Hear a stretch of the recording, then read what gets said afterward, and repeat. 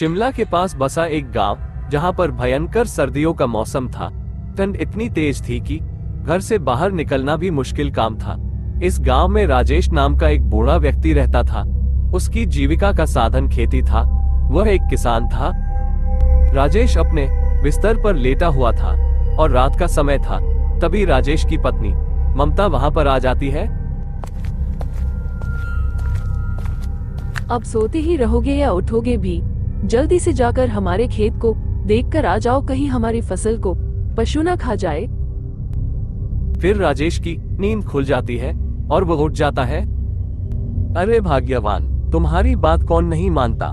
मैं अभी जाता हूँ और अपने खेत को देख कर आता हूँ। फिर राजेश अपने खेत को देखने के लिए अपने घर से निकल जाता है। बाहर ठंड बहुत तेज थी।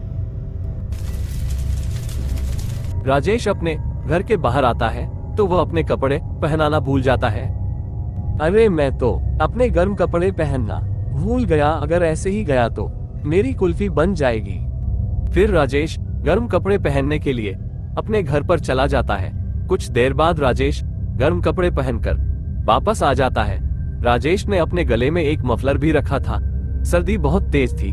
चारों तरफ बर्फ के गोले गिर रहे थे और राजेश अपने खेत में चला जा रहा था।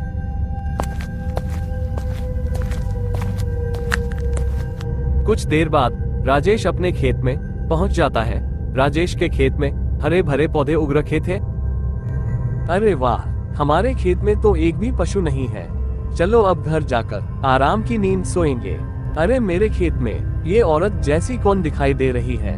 जरा पास से देखता हूँ। जब राजेश पास से देखता है तो उसके चेहरे पर चिरे लगे हुए थे और उसके चेहरे से मांस लटक रहा था और उसकी आंखें बहुत डरावनी थी।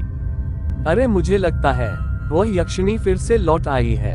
ये हम सबको जिंदा नहीं छोड़ेगी। फिर राजेश बहुत डर जाता है और वो गांव की तरफ भागने लगता है।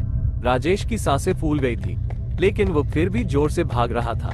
कुछ देर दौड़ने के बाद जब राजेश गांव में पहुंच जाता है तो उसके सामने गांव के मुखिया जी वहां पर आ जाते हैं। अरे क्या हुआ राजेश भाई, तुम इतनी तेज क्यों भाग रहे हो? क्या तुमने भी कोई भूत देख लिया? अरे मुखिया जी, आज से 10 साल पहले हमने जिस यक्षिणी को मारकर कुएं में फेंका था वह फिर से लौट आई है। मैंने अपनी आंखों से देखा।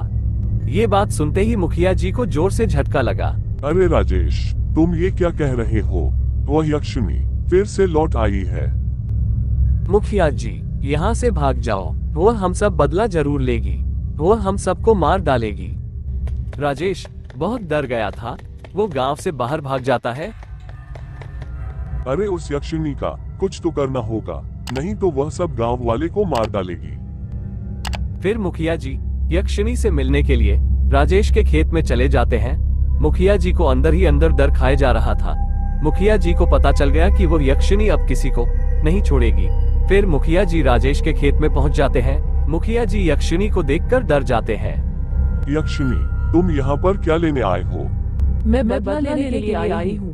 आज से 10 साल पहले तुमने जो मेरे साथ किया था उसका बदला। फिर वो चुड़ैल मुखिया जी को मार देती है। चुड़ैल ने अपना एक बदला तो ले लिया था। अब चुड़ैल गांव की तरफ जाने लगती है क्योंकि वह सब गांव वाले को मारने वाली थी। यक्षिणी की खबर पूरे गांव में फैल गई थी। सभी गांव वाले इकट्ठा हो जाते हैं और यक्षिणी की बातें करने लगते हैं। तभी उनके सामने वो यक्षिणी आ जाती है। सभी गांव वाले लोग यक्षिणी को देखकर बहुत डर जाते हैं। उनके दिल की धड़कन भी रुक जाती है। तुम सब लोगों ने मिलकर मुझे मारा था। मैं तुम सब लोगों को जिंदा नहीं छोड़ूंगी। तुम सबको मार डालूंगी। फिर वो यक्षिणी पूरे गांव को मार देती है। पूरा गांव एक शमशान घाट बन जाता है।